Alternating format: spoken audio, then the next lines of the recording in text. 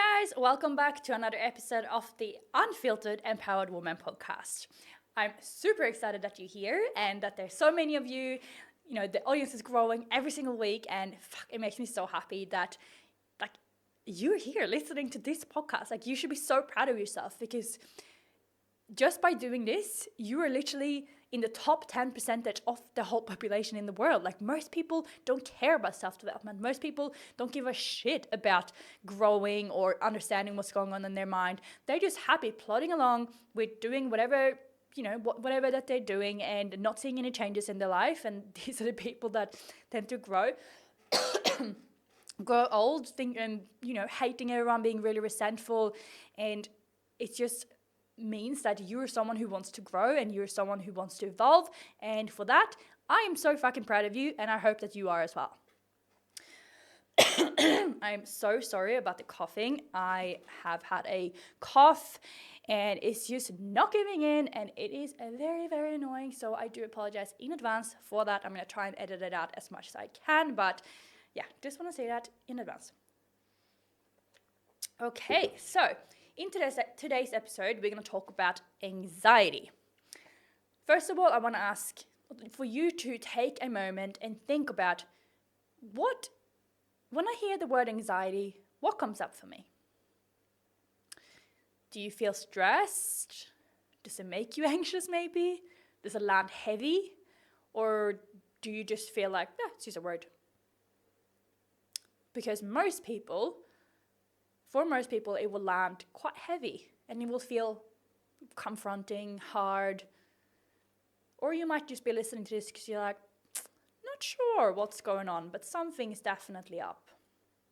And I had a conversation with my coach this morning about this actually, and I said that, when I first started working with a mindset coach 5 years ago or something, I just signed up because I was like, I just want to see what it's about and, get some tools for my own clients. Little did I know that I was struggling with anxiety, and I was caught in this all or nothing mindset where I was either super happy or super sad, and I would just be go, go, go, go, go, and then I would crash and then I would cry for 2 days, and then I would pick myself back up, which wasn't picking myself back up. It was my anxiety triggering everything in me to just be like, go, go, go, go, go. You can't lay here and be lazy. You can't do this because this is bad. You have to work to be good enough.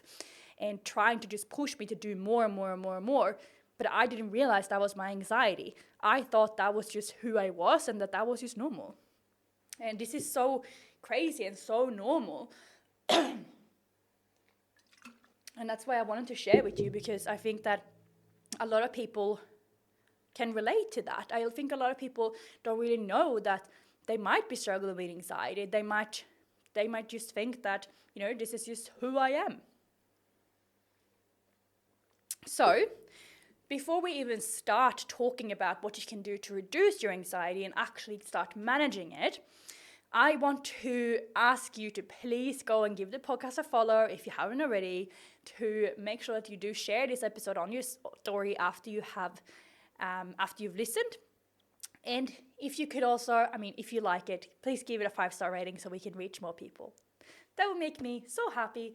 And honestly, like I said before, the greatest compliment I ever get is when people listen and then you're like, I need to sign up with you. What the hell? that just makes me feel so good, and it just makes me so happy. So even if you just reach out and say you want to, but maybe now it's not the right time, just do it. I just want to hear from you. I love you so much, and I'm just so grateful that you are here listening to this. So love you. Right. So like I said, we're going to talk about anxiety today. And what is then anxiety? Well, I think a lot of people think that anxiety is just about overthinking a little bit and feeling a bit stressed and feeling a bit ugh. But anxiety is actually so many more things than that. Anxiety can also show up as not being able to sit still, not being able to just relax and go for a massage or get your toes done. Anxiety can be, struggling to sleep, that you're laying in bed and you have a million things on your mind about what you said that day, what you did that day, what you're going to do tomorrow, what you did 10 years ago. Anxiety can be overthinking decisions. So, questioning yourself, like, did I do the right thing there, or should I have done something differently? Always feeling like you should have done better.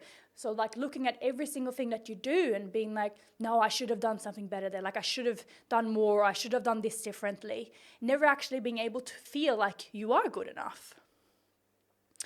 Constantly worried that you've hurt someone's feelings. And this could be friends, relationships, family. It could be anyone in your life that you're constantly thinking, did I do something wrong? Or maybe are they maybe upset with me? Or should I have said something different here? Like maybe I did trigger something in them, and taking responsibility for how other people react to what you're saying. Always needing reassurance or validation for things. And this is super, super common, and I see it all the time. And this, stems back to that anxious attachment style where we do need a lot of validation to feel like we are good enough, but then we don't actually believe it. So then, it might feel good for a few minutes, and then you go again and feel like you need more validation to feel good enough. And one of the biggest ones that I wanted to include is having 10 different solutions to a problem, or worst case scenarios. So if you're going on a trip, it's like, okay, well, this is what I'm going to do if the flight gets cancelled, or if the flight gets changed, and I'm going to go here, and I'm going to do that, or we can go to this, and if I can't sit next to this person, then I will say this to the flight attendant, and if they don't have my food, then I will do that, and if we can't get a taxi when we get there, then I will call a Gojek, or I will do that, and if it's raining, okay, well, maybe I should have packed my raincoat, thinking into every single detail that you can imagine. Like, this is what anxiety does. It overthinks, it thinks into the future, it tries to plan every single area of your life and micromanage everything to make you feel like you have control. When in reality, we never have control over anything. We have so little control in our lives, it's actually ridiculous. Guys, we can't even control our thoughts and our feelings. How the fuck are we gonna control the weather when we get to Thailand? So if you could recognize yourself in any of these, you definitely have anxiety. Everyone has it. You might have a mild form of anxiety. You might have an intense form of anxiety. But all of these things that I just listed are anxiety. That's not just thinking or just thinking ahead. That is you being an anxious person. And you don't have to live like that. Because anxiety, even though it is normal, it's also not something that we have to, that we should allow to consume our whole lives.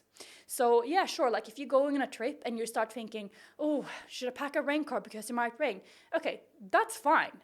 But then you can let that go, and then you can get on with your day. That's completely normal. What's not normal is when, I should pack a raincoat. Oh my God, but what if it gets lost on the plane? And what if it gets broken? And what if, maybe I should pack two, because what if one gets lost when I'm there? And then should I bring enough money? And I'm going to look up how much raincoats cost in Bali. And then I need to bring rain boots as well. And maybe my partner, and maybe someone else needs a raincoat as well. When we start catastrophizing and thinking ahead about every single possible future scenario, that's when anxiety takes over our lives, and that's when it becomes a bad thing. So what I wanted to introduce to you guys today is an exercise that you can do to help you understand that you are not your anxiety, and that you don't have to be controlled by your anxiety. Your anxiety has most likely, if you're still listening, your anxiety has most likely controlled your life for a very long time now. Otherwise, you probably would have turned off because you couldn't relate to what I was saying. Or you might know someone that you can see that, oh my God, that's exactly how they are. And you might want some advice. And what happens when we have had a lot of anxiety is that the part of our brain that's called the fear center of the brain, basically the amygdala, it grows. Just like a muscle in the gym if you're always training it. If you're always training bicep curls, your biceps are going to grow. If you have a lot of anxiety, your amygdala is going to grow. That's just how it works. And that's completely fine. Let's not make that wrong. Let's just see it as, okay, I've overtrained this muscle now. It's very, very big, and I don't need a bicep this big. What can I do to reduce its size? Well, I can start noticing when I'm activating my bicep, and I can start making a conscious effort to not activate it. Just the same thing goes with your anxiety. So this method is called the struggle switch. And it's an ACT, so an acceptance and commitment therapy technique to help you move through your anxiety and not allow it to keep you stuck. I want you to think about like a switch in your mind, a light switch that can either be on and the room's light, or it can be off and the room's dark. And what happens when you have anxiety is that this switch goes from peaceful dark room to on, blasting, sirens, warning signs, alarm bells going off. Oh my God, emergency accident. That's what happens when the anxiety switch turns on in your mind. And, this could be something has gone wrong. It could be triggered by a negative thought. It could be triggered by something that happens in your external world. Something that has told your mind that, oh my gosh, fear, fear, fear. We need to switch on all the emergencies and let's get to it.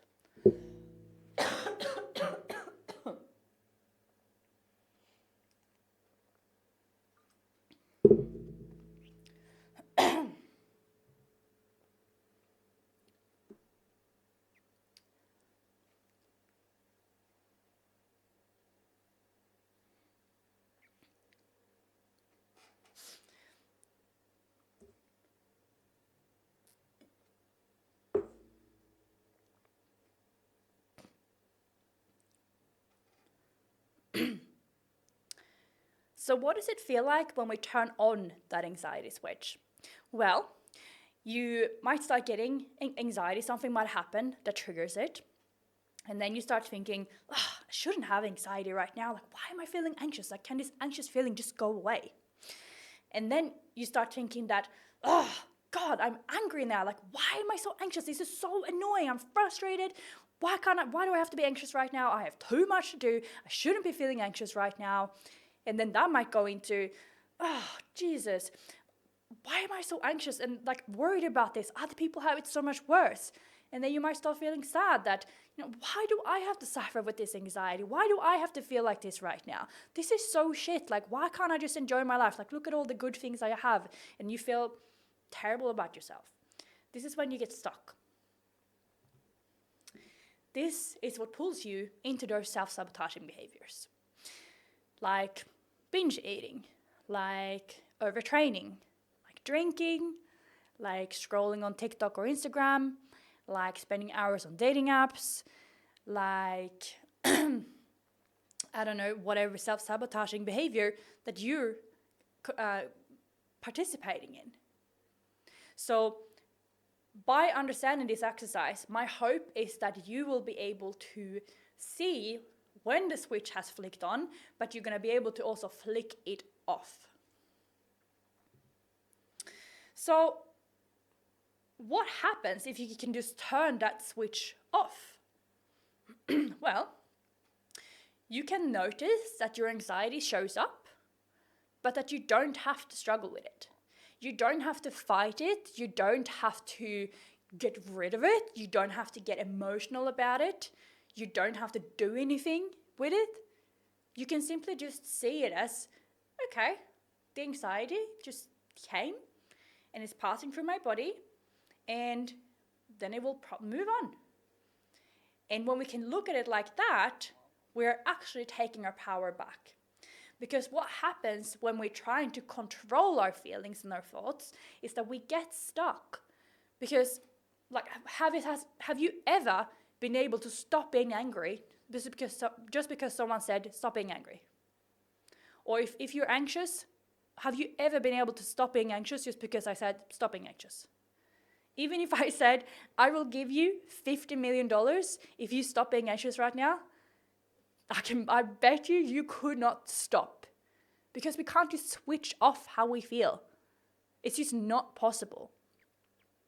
So instead of trying to control what we're thinking and what we're feeling, I want you to try and just observe it. To try and look at it as, okay, I am feeling a bit anxious right now. So notice it, name it, what is going on.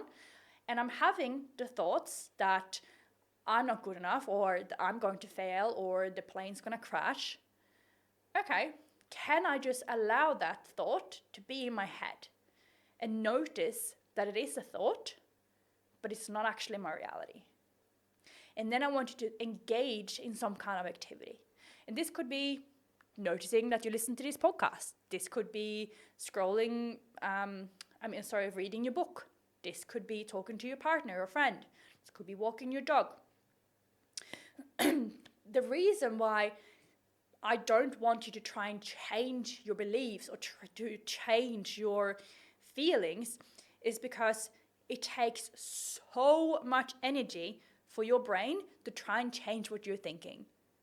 But it barely takes any energy at all to just allow it to be there and then just simply keep moving. Because if your brain has created anxiety around something, it's because it thinks that there's a threat there. And you coming in and screaming, there's no threat, there's no threat, there's no threat.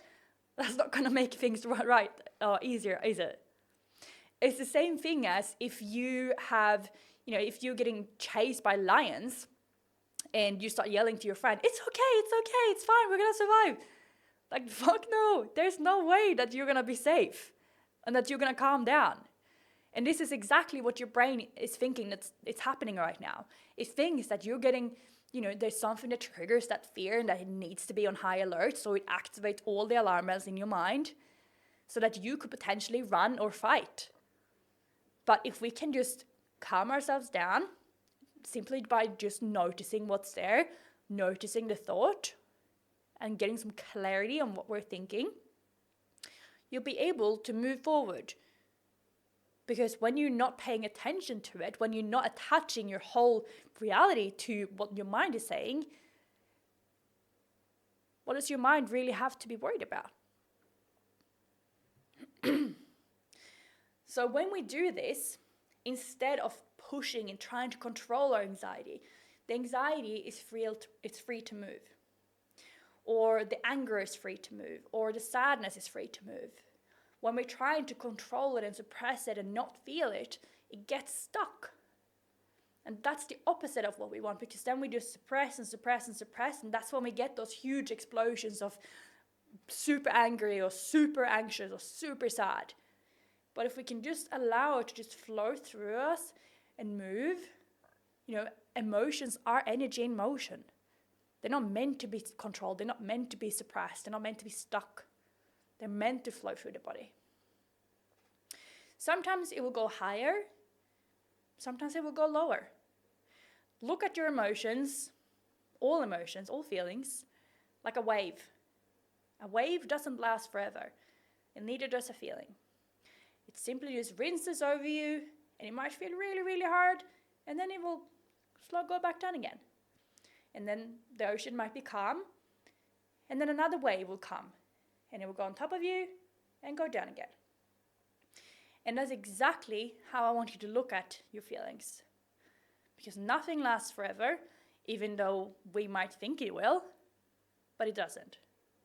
But if you're struggling against that wave, if you're fighting it, you give it everything that you've got to no, don't hit me, that wave is going to come regardless. You can't control it. Sometimes it will move through quickly, sometimes it will hang around, and that's just how life works. So, how about, instead of trying to suppress our anxiety or to suppress our feelings, how about we just allow them to flow through us? How about we stop making them right or wrong or good or bad, and just see them for what they actually are? Just thoughts and feelings. And look at it like, I always say to my clients that your thoughts are kind of like the songs on the radio. Some thoughts you notice, or some songs you notice a lot because you really, really like them, you really, really hate them. And they're going to feel like, you're going to get a reaction from them. But most of the songs on the radio, you don't even notice. Same thing goes with your thoughts. You have thoughts all the time. Even listening to this, your thinking mind is engaging and doing stuff. But you're not listening because you haven't triggered any of those favorite thoughts yet. So instead of trying to completely turn the radio off and throw it out the window, can we just allow it to play in the background? And can we just allow it to be just songs? And oh yeah, there's that song again. Cool, I can still keep driving my car. Oh yeah, there's that song again. Cool, I can still keep going. And if you can do that, I promise you that your life is going to be so much more peaceful. You're going to be so much more present. And you're going to become so much more aware of when you are acting on these thoughts, when you are getting these really strong feelings, and how powerful you actually are when you stop giving your power to these old beliefs, these old patterns that you have trained yourself to do. And this is going to be hard, of course. Of course it's going to be hard. If it was easy, we wouldn't have mental health problems. Feeling your feelings is fucking hard. Sometimes it feels like the ocean is taking you under and tumbling you around for ages. But I promise you that it passes. Nothing lasts forever. For people with a lot of anxiety and for people who have addictions, who have obsessions about things, it's just an amazing, amazing therapy for people who are struggling with getting stuck in patterns and stuck in different thinking. So if that's you, definitely make sure that you do reach out. And yeah, that's all I want to say today. And I hope that you enjoyed this episode. As always, please, please, please remember to share on your stories. And I will talk to you all very, very soon. Actually, next week. All right, guys, have a most wonderful, beautiful, empowered day. And I will talk to you next week. Bye.